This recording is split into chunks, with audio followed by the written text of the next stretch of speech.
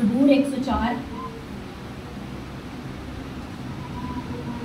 और उसकी 4 आयत में लिखा है, तू अपने फरिश्तों को हवाएं और अपने खादमों को आग के शोले बनाता है। खुदा क्या करता है? अपने फरिश्तों को हवाएं, हवा की माने बना देता है, वो कहीं भी पहुंच जाते हैं, और अपने खादमों को आग के शोले बनाता है। अब शोला क्या काम करता है? शोला जलाता है। तो जो चीज रेजिस्टेंस होगी उसे खुदा जलाएगा, क्योंकि उसने अपने खादमों को आग के शोले बनाया। अब आप ये भी सोच सकते हैं कि खुदा ने फरिश्तों को आग के शोले क्यों बनाए? कुछ आग वाले फरिश्ते भी हैं, लेकिन इस जमीन पर जो स्पेसिफिक जंग हमने जीतनी है, फरिश्ते उसमें हमारे हेल्पर हैं, लेकिन खुदा ने अपने खादमों को कि जब वो बोले उनके अंदर से आग मैनिफेस्ट हो, उनके अंदर से आग निकले और वो जलाना शुरू करें। चाहे वो वर्शिप करें, चाहे वो बाप की तमजीद करें, चाहे वो गैर ज़बानें बोलें, चाहे वो प्रीच करें, चाहे वो हीलिंग और डिलीवरेंस के लिए खड़े हो जाए, तो उनके अंदर से आग निकले और वो आग दुश्मन को जलाए। हालेलुया। तो खादमों को खुदा ने अपने आग के शोले बनाए। और खुदा के कलाम में अगर हम देखें तो खुदा का कलाम कहता है कि इंसान जो है वो फरिश्तों की भी जजमेंट करेंगे, उनकी भी अदालत करेंगे। अब हमने पहले सीखा था सबसे ऊपर किसका रहना है? बाप का, फिर फरिश्तों का, फिर स्पिरिट्स का रहना है, फिर सबसे एंड पे आ जाता है इंसान का रहना। अब इंसान सबसे पहले बाप के पास उसकी रसाई कैसे होती है? जब वो पूरे दिल से, अपनी अकल से, जान से मोहब्बत करके बाप से प्रेयर में, इबादत में टाइम स्पेंड करना शुरू करता है। बाप वहां सुनता है और बाप हर काम अपने फरिश्तों से लेता है। कुछ भी जमीन पर खुदा ने करना है, बाप ने अपने फरिश्ते भेज दिए। अगर खुदा ने कहना है कि यहाँ पर फर्ज करें, यहाँ पर समीना बैठी हुई है, उनके घर के लिए खुदा ने कहना है कि इनके घर के फाइनेंसिस खोल दिए, तो खुदा क्या करेगा? अपना फरिश्ता भेज देगा, और जहां पर वो बंदा है वो फरिश्ता आएगा और वो खोल देगा। फिर अगर खुदा ने कहना है कि मेरा खादिम है, अब उसे आग में मैंने नेक्स्ट लेवल पर भेज दिया, तो खुदा क्या करेगा? ऊपर से अपना आग वाला फरिश्ता भेजेगा, और जिस खादिम के लिए कहेगा वो उसके लिए भेज देगा। तो हर काम खुदा अपने फरिश्तों के थ्रू करता है। अब इसकी आप एक बेस्ट एग्जांपल देखें तो उसमें तवारीख की किताब में आप इसको यसाया में पढ़ सकते हैं। एक ही फरिश्ते ने 1,86,000 एक ही रात में फिनिश कर दिए दुश्मन। तो इंसान तो ये काम नहीं कर सकता ऐसे। क्यों? क्योंकि वो एक जिस्म है, जिस्म की एक रिस्ट्रिक्शन है, उसकी एक हद है, वो अपनी हद से बाहर कुछ भी नहीं कर सकता। अगर उसे हद से बाहर जाना है तो उसे क्या करना है? उससे उन फरिश्तों के और बाप के रैलम में अपना ऐसा कनेक्शन बनाना है कि वो अपनी बॉडी से भी बाहर जाकर ऑपरेट हो सके। अब एक बंदा, उसकी कैपेसिटी है कि ये किताब है, उसने इसको याद करना, उसे इसको याद करते करते 1 महीना भी लग सकता है, 2 भी लग सकते हैं। लेकिन अगर वो कह रहा है कि मैं इस कैपेसिटी से बाहर जाकर लिखता हूँ, तो वो गैर ज़बानों में दुआ करेगा। क्या करेगा? गैर ज़बानों में दुआ करेगा, दिल में बाप से मांगेगा, खुदा की हज़ूरी में ठहरेगा, गैर ज़बानों में पहले दुआ करेगा, कलाम पढ़ेगा, मेडिटेशन करेगा, सारी चीज़ें मिल मिलाकर वो अपने आप को, अपने स्पिरिट को इस कदर एक्टिव कर लेगा कि वो बोलेगा और स्पिरिट सब कुछ करना शुरू कर देगा। हमारी जो स्पिरिट है वो भी एक फरिश्ते की तरह ही है। हमारी स्पिरिट ही कह रहे कि हमारा एंजल है जो एक्टिव होती है और वो काम करती है। अब स्पिरिट ने एक्टिव होना है और इसने वो काम करने हैं जो हम जिस्म में रहकर नहीं कर सकते। अब कोई बदबू अगर आपके सामने आ जाए, तो अगर आप प्रेयर में नहीं है, फास्टिंग में नहीं है, खुदा की हज़ूरी में नहीं है, तो आप उसका मुकाबला नहीं कर सकते। लेकिन अगर जब आप दुआ में, रोजे में खुदा की हज़ूरी में ज्यादा आ गए, तो आपकी स्पिरिट एक्टिव होगी, आप गलवा खाना शुरू कर देंगे, आप उन चीजों को शिफ्ट करना शुरू कर देंगे जिन्होंने आपके एटमॉस्फेयर को शिफ्ट किया होगा, आप अब उनको शिफ्ट करना शुरू कर देंगे। जिन्होंने आपकी ब्लेसिंग्स को शिफ्ट किया हुआ था, आप अब उनको शिफ्ट करना शुरू कर देंगे। जिन्होंने आपके घराने को शिफ्ट किया हुआ था, अब आप उनको शिफ्ट करना शुरू कर देंगे। मतलब एक जगह से दूसरी जगह उनको निकालेंगे और वो निकलती चली जाएंगी। अब अगर हम देखें, जब बनी इस्राइल ने यरीहो की दीवार को गिराया था, तो खुदा ने क्या कहा था कि तुमने 6-7 चक्कर लगाने हैं। तो उन्होंने क्या 6 दिन एक एक चक्कर लगाया, 7वें दिन उन्होंने 7 चक्कर लगाए, 7वें दिन 7 चक्कर लगाए और वर्शिप करते रहे। और एंड में क्या किया, जोर से ललकारा, हालेलुया। जब हम वर्शिप करते हैं तो एंजल्स एक्टिवेट होते हैं। जब हम गैर ज़बानों में दुआ करते हैं तो एंजल्स एक्टिवेट होते हैं, हालेलुया। तो क्या है, हमारी दुआ एंजल्स को एक्टिव करती है। एंजल्स को कैसे एक्टिव करना है, ये कलाम हम पहले भी एक बार सीख चुके हैं, ठीक है। कि हमारी दुआ, हमारी प्रेयर, हमारी फाइट, दुआ और रोजा। रोजे को आप ऐसा ना समझे कि आप रोजे को निकाल देंगे और वैसे आप कुछ करना शुरू कर देंगे तो काम नहीं। रोजा जो वो मस्ट है। रोजा क्या है, आपकी इस फ्लैश को क्या करता है, वीक करता है और आपके स्पिरिट को स्ट्रॉन्ग करता है। एक चीज एक दिन मैं बच्चों को बता रही थी, एक चीज होती है स्लीप पैरालिसिस। उसमें क्या होता है, बंदा सो रहा होता है, एकदम उसकी आंख खुलती है और वो ऐसे उसको लगता है कि मेरे ऊपर बोझ पड़ा हुआ है। सब इधर ध्यान से सुने, कोई भी अपना फोकस इधर उधर ना हो। उससे क्या लगता है कि मेरे ऊपर बोझ पड़ा हुआ है, वो कहता है मुझे तो किसी बदलू ने पकड़ा हुआ है। तो ऐसा नहीं है, इसकी कुछ और रीजन है। वो क्या होता है, आपकी ये जो बॉडी है वो आपकी स्पिरिट को एक्टिव नहीं होने दे रही होती। आपकी बॉडी रेजिस्टेंस बनी होती है। जब आप सो रहे होते हैं तो आप अपने आप को देखते हैं, मैं ख्वाब में वहां पर गया था, मैं घूम रहा हूँ। मतलब आपकी स्पिरिट ही गई होती है, आपकी स्पिरिट ही वॉक कर रही होती है, आपकी स्पिरिट मुख्तलिफ जगहों पर काम करके आ रही होती है। एक दिन मैंने ड्रीम में देखा कि एक हैवी बाइक है, उसको मैं चला रही हूँ और मुख्तलिफ जगहों पे जाके खिदमत करके, एक घर में रात होगी, वहाँ उन्होंने हमें स्टे के लिए रात ठहरने का टाइम दिया, जगह दी। हम वहाँ से प्रेयर करके आए, उनका कच्चा घर था और मैं देख रही हूँ उनका घर पक्का हो गया और वो बहुत खुश है। स्पिरिट में क्या हो रहा है, और मैं कह रही हूँ वाह भाई वाह, मुझे तो ख्वाब में एक बाइक मिल गई है और वो बड़ी इतनी स्पीड में वो चलती है। तो ऐसा मुझे पता चला कि ये जो मैंने 4-5 महीने पहले ख्वाब देखा था, उसकी एक रीजन होती है कि हमारे स्पिरिट जो है वो मूव करती है और स्पिरिट को मूव करने के लिए ट्रांसपोर्टेशन की जरूरत होती है, व्हीकल की जरूरत होती है, वो खुदा देता है। तो देखें, हम सो रहे होते हैं लेकिन हमारी स्पिरिट एक्टिव होती है। वो क्या कर रही होती है, हमारी स्पिरिट काम कर रही होती है। अगर हम खुदा की खिदमत में है तो वो जाके रूहों को बचा रही होती है, वो प्रीच कर रही होती है, लोगों के डिलीवरेंस के लिए काम कर रही होती है। और अगर हम दुआ में ज्यादा है, इंटरसेसर है, तो हमारी स्पिरिट, हम देख रहे हैं वो गैर ज़बानों में दुआ कर रही है। हम सोए होते हैं और हम देख रहे हैं आज तो मैंने पूरी रात दुआ की है। अक्सर आपने कभी ऐसे सोचा, भाई मैं तो दुआ करके सो रही थी, मैंने तो देखा मैं तो पूरी रात ही दुआ की। भाई आपकी स्पिरिट एक्टिविटी से दुआ करती है।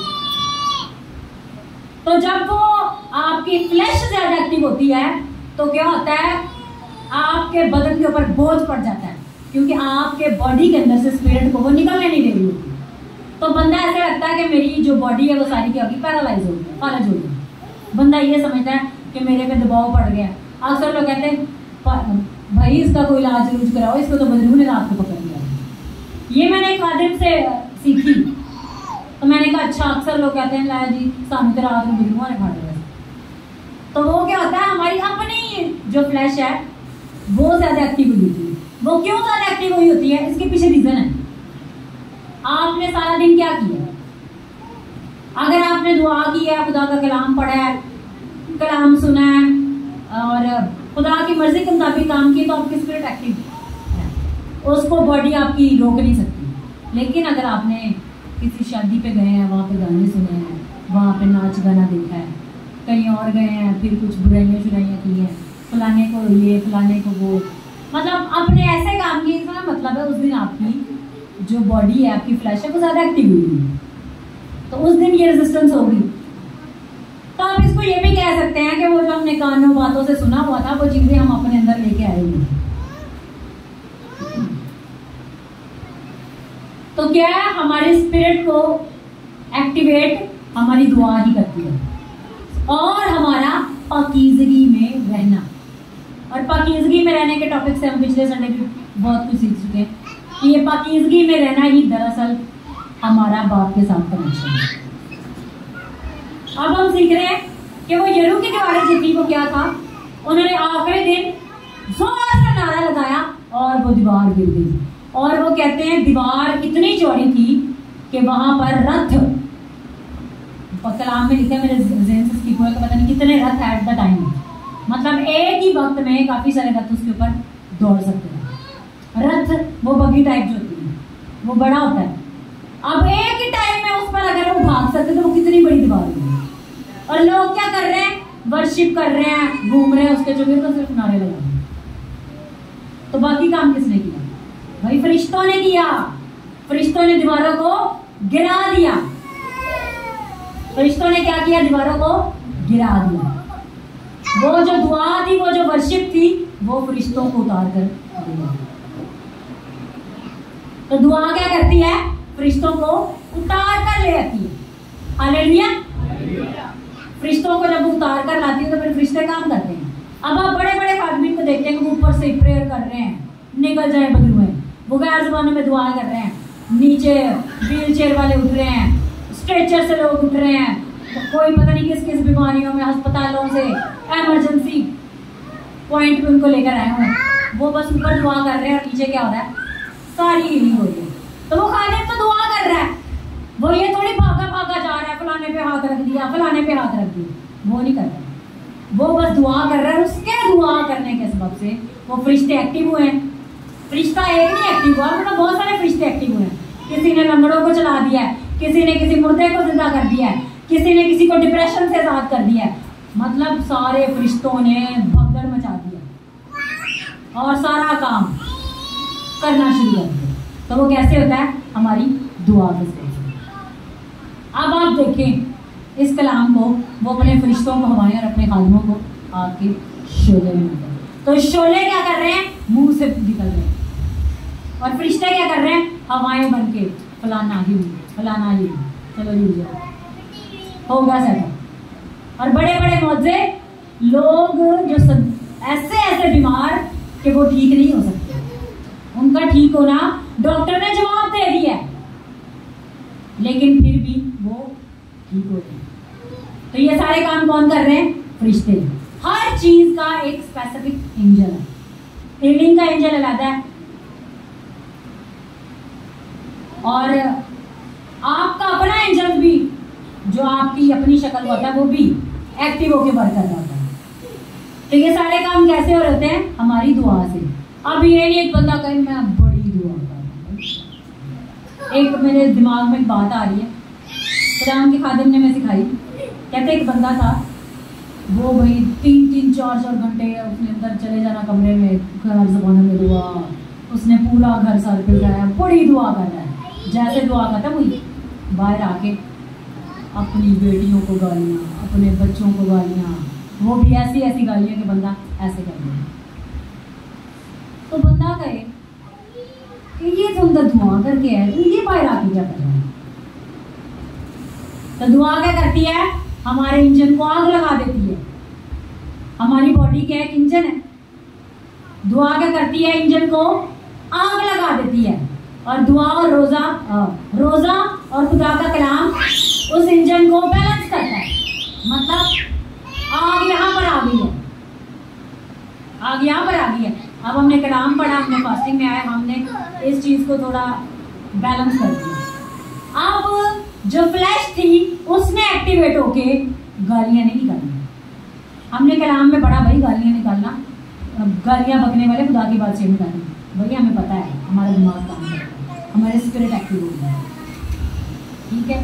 तो क्या करता है? दुआ जो है हमारे इंजन को हीट करती है, और जो हमारा कलाम और जो रोजा है वो हमारे फ्लैश को बैलेंस करता है। हमारे स्पिरिट को है जो वो हमारे साथ बैलेंस करता है, फ्लैश के अंदर से वो चीजें जो गंदगी है उसको निकालकर उसको सेटअप करता है।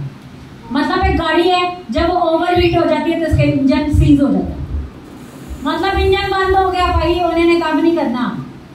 मैं खुदान के खालिम से सीख रही थी कि अक्सर लोग हैं वो बड़ी दुआ करते हैं, बड़ी दुआ करते हैं, डेली दुआ कर रहे हैं। कहता है एक टाइम ऐसा होगा आपकी बॉडी एग्जॉस्ट हो जाएगी और वो फिर जिस्म के कामों को मांगेगी। आपकी बॉडी एग्जॉस्ट हो जाएगी और वो जिस्म के कामों को मांगेगी और आपका दिल करेगा कि मैं ये गलत काम करूं। लेकिन जब हम दुआ का और इन चीजों का सारा बैलेंस रखेंगे, ये नहीं कि एक ही टाइम में मैंने सारी थरथली में जाऊंगी, हर चीज को बैलेंस में लेकर चलना है। काम सारे किसने करने हैं? खुदा ने अपने फरिश्तों के थ्रू। खुदा ने ऊपर से कमांड करनी है, फरिश्तों ने आ जाना है, कुछ फरिश्तों ने हमारी दुआ सुन के आ जाना है। हालेलुया। तो क्या दुआ, कलाम और रोजा, ये सारी चीजें मिलकर इंसान को एक बैलेंस और स्टेबल पॉइंट पर लाती हैं कि वो इस तरह से ऑपरेट हो कि वो अपनी बॉडी पे ऊपर अपनी फ्लैश को ज्यादा एक्टिव कर ले। जब फ्लैश ज्यादा एक्टिव हो जाएगी तो शैतान आपकी बॉडी को यूज नहीं कर पाएगा। पिछले दिनों मैं खुदाम के खादिम से सीख रही थी कि आदम की जो पहले थी ना फ्लैश एक्टिव नहीं थी, तो शैतान ने क्या किया, उसकी फ्लैश को एक्टिव किया ताकि उसके अंदर काम करे। फ्लैश को एक्टिव किया, तो फ्लैश एक्टिव होती है तो गलत काम होते हैं। तो हमारा दुआ, रोजा, कलाम पढ़ना, वो जो फ्लैश को एक्टिव किया होता है दुश्मन ने, उसको डीएक्टिव करता है, मतलब उसको बंद करता है, उसको नीचे की तरफ लेके आता है, उसको खुदा की तरफ झुकाता है, खुदा के ताबे करता है, और फिर खुदावंद सारे कामों को करना शुरू करते हैं। अब देखें आपकी जिंदगी में जो भी आपका खुदा के साथ कमिटमेंट है, जो जिस मकसद के लिए खुदा ने आपको इस दुनिया में भेजा है, वो मकसद कुछ भी हो सकता है। जरूरी नहीं है कि हर बंदे ने स्टेज पे खिदमत करनी है, किसी बंदे ने घर बैठकर लोगों के लिए दुआ करनी है। दुआ करनी है, खुदावंद ये जो फलाना बंदा तेरे लिए यूज हो रहा है उसको और यूज कर। किसी ने घर बैठे कहना कि इस खिदमत में खुदा बड़े काम कर रहा है, मैंने अपना पैसा इस खिदमत में दिया। किसी ने क्या करना है, उसके लिए रास्तों को खोलने के लिए अपने रिसोर्सेज को यूज करने के लिए दे देना। मतलब जिनकी पहुंच है पुलिस वालों तक, कह लें कि जो चीजें रुकावट बन रही थी उसके लिए उसने काम करना है। कुछ लोगों ने दुआ करनी है, कुछ लोगों ने खिदमत करनी है, कुछ लोगों ने साथ मिलकर काम करना है। हर एक बंदे का अपना अपना रोल है, तो हमने जो भी हमारा रोल है उसके लिए हमें दुआ करनी है। तो खुदावंद ने कहा कि हर बंदे की खिदमत, चाहे वो इंटरसेशन प्रेयर वो करता है, इंटरसेसरी प्रेयर, चाहे वो अपने पैसों से खिदमत करता है, किसी भी तरह से वो जो खिदमत है उसकी खुदा ने एक्टिव कर दी है। और आने वाले दिनों में खुदावंद बड़ी कसरत से लोगों को यूज करने जा रहा है, रूहों को बचाने जा रहा है, और वो बड़े बड़े कामों को करने जा रहा है। और ये काम होंगे, और शैतान तो हार चुका है क्योंकि हमने जंग जीत ली है और वो शर्मिंदा हो चुका है। अब अक्सर लोग हैं वो सोचते हैं कि मैं खिदमत कैसे करूं। आप में से भी बहुत से होंगे, मैं कैसे खिदमत करूं। तो कुछ लोग लोगों को चर्च के बारे में बताकर, खुदा के बारे में बताकर, यीशु के बारे में बताकर, तौबा के बारे में बताकर उनको चर्च लेकर आते हैं। ये उनकी कुछ लोग घरों में जाकर जो गलत चीजों में इन्वॉल्व होते हैं उनको बचाते हैं, भाई सच्चाई की तरफ आओ, खुदा के घर में आओ, मतलब उनको इस तरह से गाइड करते हैं। ये और तरह की खिदमत है। कुछ लोग चर्च में खिदमत करते हैं, कुछ लोग सफाई का काम करते हैं चर्च में, कुछ लोग क्या करते हैं चर्च के अंदर वो काम जो कोई नहीं करता वो देखते हैं कौन सा काम है जो कोई नहीं करता, वो उस पर नजर रखते हैं, वो करना शुरू कर देते हैं। हमारे चर्च में अक्सर हमने फ्राइडे नाइट की मीटिंग पे जाना, मैंने बैठ के देख रहे हो ना चर्च में वहां जाने लगे हैं, ये चीज साफ नहीं है। फिर हमने क्या करना, मीटिंग जब सुबह 4 बजे खत्म होनी, हमने पूरे चर्च की सफाई करनी, बिल्कुल नीट क्लीन करना। हम ये सोचते थे कि खुदावंद जो हमारा घर है, हमारे घर से भी ज्यादा ये हमारा घर है, क्योंकि ये हमारे बाप का घर है। तो हर बंदे के जो कर देना खुदा ने। और पिछले दिनों में खुदावन के खादिम अपोस्तल अंकुर से सीख रही थी। वो कहते हैं, एक गवाही लेडी देने आई तो कहती, प्रीचिंग में खुदा के खादिम बोल रहे थे कि जो लोग 1 साल हो गया वो चर्च में है लेकिन उनका अभी कोई मौजा नहीं हुआ, तो वो चर्च में कोई खिदमत को ले लें, चाहे वो सफाई को ले लें, चाहे दरिया बिछाना ले लें, कुछ भी खिदमत ले लें, वो उनका मौजा हो जाएगा। तो ऐसे ही हुआ। पता नहीं उसके कितने मिसकैरेजेस हो चुके थे, औलाद नहीं थी, वो दिन रात रोती थी, हालांकि वो खुद गायनिकोलॉजिस्ट के शोबे से रिलेटेड थी, फिर भी उसकी औलाद नहीं थी। जो मेडिसिन खा सब कुछ कर लिया, लेकिन जैसे उसने खुदा की खिदमत में अपना पैर डाला, खुदा ने उसकी जिंदगी में मौजा कर दिया। हालेलुया। अब ये देखें, कुछ चीजें हमारी दुआ एक्टिव करती है, कुछ चीजें हमारी खिदमत एक्टिव करती है, कुछ चीजें हमारा अपना आप दे देना एक्टिव करता है। मतलब सारी चीजें मिल मिलाकर हमारे अंदर कुछ ना कुछ एक्टिव कर देती है। हालेलुया। तो खुदावंद के खादिम कहते हैं, जो लोग चर्च के अंदर खिदमत करते हैं ना आके, वो डायनामाइट पावर को ले लेते हैं। डायनामाइट पावर मतलब बम की पावर। वो आप दुआ रोजे से भी आपकी जो पावर नहीं ना आ रही, वो चर्च के अंदर काम करने से वो पावर आ जाती है। तो डायनामाइट पावर। हमारे चर्च में यहाँ पर एक भाई पहले बहुत ज्यादा काम करता था, उस अकेले ने कोशिश करनी तो मैंने सारा काम कर दिया। सेहत उसकी इतनी थी और उसकी गिफ्टिंग भी हम देखते थे सही थी। हमने कहना अभी ये बच्चा है, लेकिन भाई बाद में पता चला ये जो चर्च में खिदमत कर रहा है, चर्च के लिए उसने अपना आप दिया हुआ था, उसकी वजह से। तो हर चीज का अपना एक रोल है। तो ये सारे रोल कैसे होते हैं? हमारी मिल मिलाकर ओवरऑल एक्टिविटीज जो हम खुदा में कर रहे हैं। कुछ लोग सांस बजाकर खुदा की खिदमत कर रहे हैं, कुछ लोग गाकर खुदा की खिदमत कर रहे हैं। वर्शिप करना चर्च में ही एक खिदमत है। कुछ लोग सपोर्ट कर रहे हैं मुख्तलिफ तरीकों से, भाई ये काम नहीं हो रहा, इसको मैं करना शुरू कर देता हूं। ठीक है, ये हो गया एक पावर को एक्टिव करने से। दुआ रोजा क्या करता है? हमारी जो है एंजल्स को एक्टिव करता है। और कुछ चीजें जो हम अपनी बॉडी में करते हैं, अपने दिल में सोच के खुदा के लिए करते हैं, वो हमारे लिए और चीजों को भी एक्टिव कर देते हैं। अब जैसे मैं कह रही थी कि कुछ लोगों ने पीछे बैठ के चर्च में दुआ करनी है। एक खादिम की दुआई मेरे जेब में आ रही है। एक खादिम ने 70 साल खुदा की खिदमत की। वो बहुत अरसा अपने घर से दूर रहा, बहरी जहाज पर वो पूरी दुनिया का दौरा करके, रुएं बजाकर, बहुत कुछ करके वो अपने जब मुल्क में वापस आया तो बहुत से लोग हार पकड़कर उसका इस्तकबाल करने के लिए खड़े थे। और वो विजन में देख रहा है कि एक ताज आ रहा है, और वो कहता है खुदावन क्या बात है, मैं खिदमत करके वापस आया, ये ताज आ रहा है मेरे लिए। और सारे लोग खड़े थे जो हार लेके खड़े थे, उसे हार पहनाए, उसका इस्तकबाल करें, उसे वेलकम करें। वहां पर एक बूढ़ी औरत भी खड़ी थी।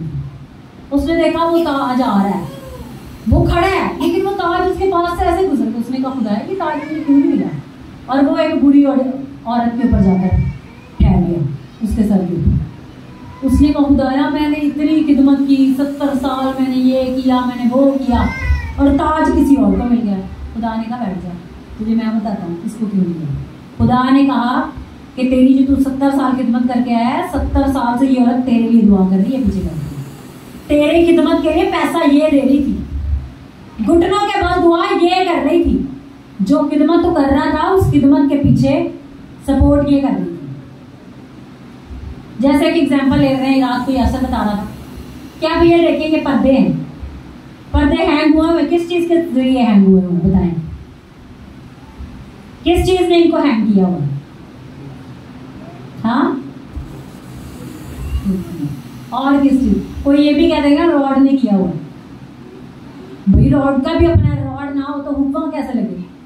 ठीक है, अब जब पर्दा बिल्कुल ऐसे आ जाएगा इसके ऊपर, ना तो वो रॉड नजर आएगी और ना वो हुक। लेकिन उस पर्दे को खड़ा किसने किया हुआ?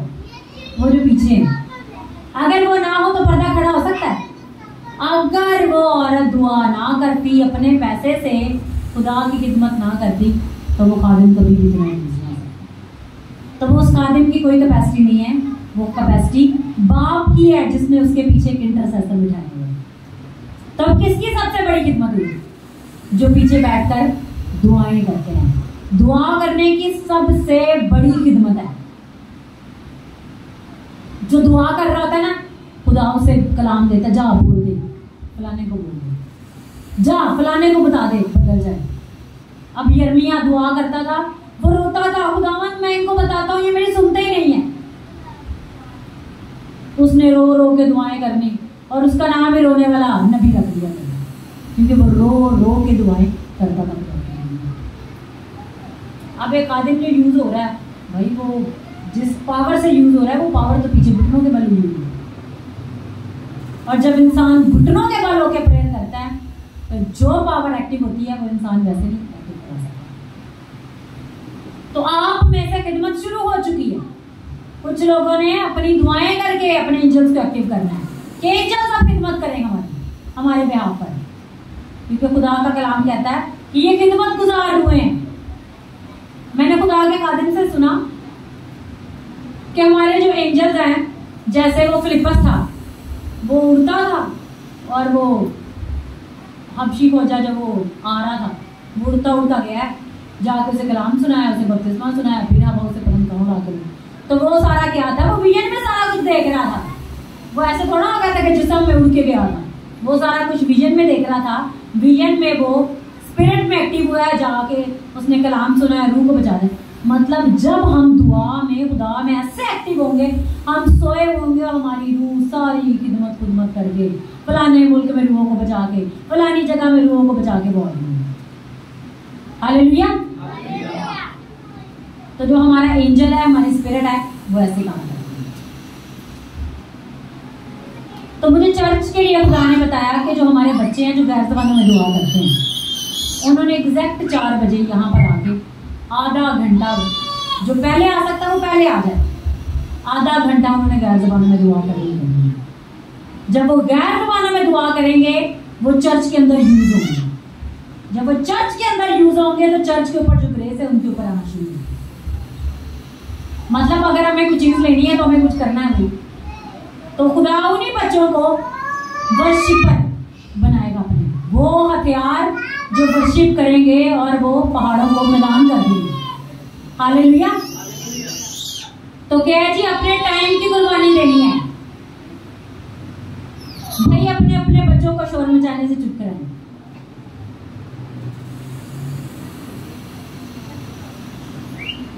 ठीक है।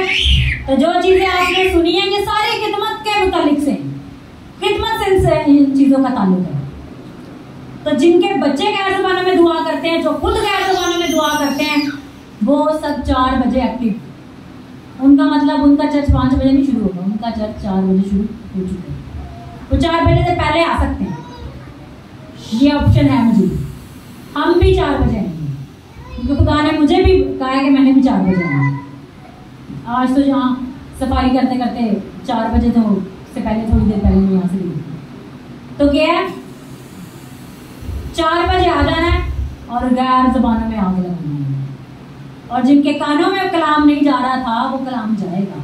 जिनसे वर्शिप नहीं हो रही थी, वो वर्शिप होगी। जो दुश्मन यहाँ बांध रहा था, वो खुद बंधेगा। जो दुश्मन बड़ा एक्टिव हुआ था, पैरों के नीचे बंधा जाएगा। हालेलुया। तो भाई अपने आप को दे देना है कि मैंने, ये आपकी खिदमत है, ये आपकी खिदमत है कि आपने गैर ज़बानों में दुआ करने के लिए पहुंच जाना। हालेलुया। कितनी बातें समझ में आई हैं? मैंने बड़े आसान लफ्जों से और इस तरह से समझाई है कि समझ आ जाए। कोई ये ना कहे कि कलाम मुश्किल था, ये मेरे जहन से निकल गया। ये सारा हमारी खिदमत से इसका लिंक है, क्योंकि खिदमत आप देखेंगे जैसे ही 1 नवंबर शुरू होगा, कुछ अनोखा होना शुरू हो जाएगा। जब हमने ये खिदमत शुरू की थी, तो खुदावंद मुझसे जिस तरह से बात करता था, वो वाला बात करना मेरी स्पिरिट से थोड़ा सा कम हो गया था, और खुदावंद ने वो फिर से वैसे ही मेरे साथ बात करना शुरू कर दिया। और वैसे अब खुदा बोल रहा होता है कि मैं ये काम करने जा रहा हूँ, मैं ये काम करने जा रहा हूँ, फलाने बंदे को ये बता दो, फलाने बंदे को ये बता दो। हर बंदे ने भाई अपनी खिदमत का हिसाब किताब खुद देना है। अब जिसको थोड़ा मिला है, जिसको 1 मिले उसने 1 का हिसाब देना, जिसको 4 मिले उसने 4 का हिसाब देना, जिसको 10 मिले उसने 10 का हिसाब देना। ये नहीं खुदा मैनू खिदमत दे तो मैं तो सोना का खिदमत तो वो देगा, फिर उसका हिसाब भी लेगा। और जो खिदमत शैतान ने मुख्तलिफ तरह से बांध ली थी वो खुदा ने खोल दी। और अब बड़े बड़े काम होंगे इस पूरे मुल्तान शहर में, हलचल पड़ने वाली है, क्योंकि खुदा ने कहा था मैं दिसंबर तक रिवाइवल ले आऊंगा, और दिसंबर आने वाला है। हालेलुया। जो लोग दूसरे इलाकों से आते हैं वो अपने इलाके में हलचल मचाना शुरू करते हैं। वो लोगों को अप्रोच करें और हमें बताएं, हम भी उनके साथ उनके इलाके में वर्क करेंगे। करना पहले उन्होंने ही है, हमने जस्ट उनकी साथ हेल्प करनी है। हमने हेल्प करनी है, उन्होंने अपने इलाके में आग लगा दी है, क्योंकि खुदा ने आग लगाने के लिए लोग तराश नहीं है। और जिनको बड़ी मुश्किलें आ रही थी उनको शैतान इसीलिए मुश्किलों में डाल रहा था कि वो खिदमत ना करता। तो खिदमत तो खुल चुकी है। हम सब अपनी आंखों को बंद करें, अपने सरों को झुकाएं, सब आज अपने अपने लिए दुआ करें। जो आपके दिल में अब खुदा डाल रहा है कि मैंने ये खिदमत करनी है, बस खुदा से पूछना, खुदा से मांगना, खुदा की हज़ूरी में फरियाद करना शुरू करें। खुदा अगर नहीं मेरे पे खुला तो मुझ पे खोल, आज तू मुझ पे खोल, आज तू मुझे लीड कर, आज तू मुझे गाइड कर, तोड़ बंधन और जुआ